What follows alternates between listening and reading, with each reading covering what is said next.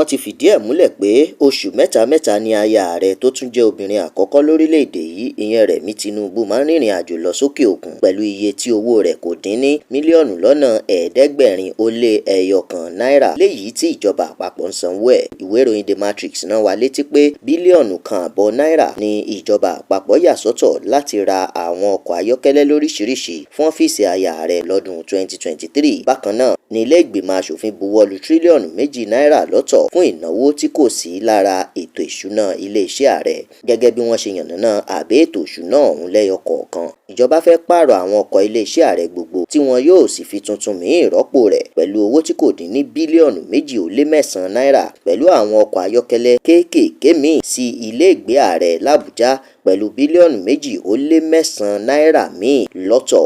Àtẹ̀jáde kan látinú ìwé ìròyìn Punch léyìí tí ìwé ìròyìn The Matrix ṣe àtúngbéjáde rẹ̀ yànnàná bí aya ààrẹ ṣe rìnrìn àjò lóríṣiríṣi tó sì jẹ́ wípé látinú àpò ìjọba àpapọ̀ náà ni wọ́n ti ń sanwó ẹ̀. Olóyè kan nílé ìgbìmọ̀ aṣòfin àgbà tẹ́lẹ̀ ìyẹn Aliu Ndume fìdí ẹ̀ múlẹ̀ pé bílíọ̀nù kan àbọ̀ náírà tí wọ́n ṣàkọsílẹ̀ rẹ̀ fún ìrìn àjò ààrẹ ni kì í ṣe fún aya ààrẹ rárá o. Gbogbo bí sẹ́nítọ̀ Rẹ̀mí Tinubu ṣe ń rìnrìn àjò rẹ̀ láti ọdún tó lọ títí di ọdún yìí lọ sáwọn orílẹ̀-èdè lókè òkun àtàwọn orílẹ̀-èdè ilẹ̀ adúláwọ̀ tó fi mọ́ iye tó ń ná níwé ìròyìn The Matrix yànnàná ẹ̀ lọ́kọ̀ọ̀kan èjèèjì. Ẹ lọ kà á tán nípa dídarapọ̀ mọ́ wa lójú òpó The Matrix lórí Facebook, Instagram, TikTok, YouTube àti X. Àdúrà Mọ́mi Balógun ló kọ mi.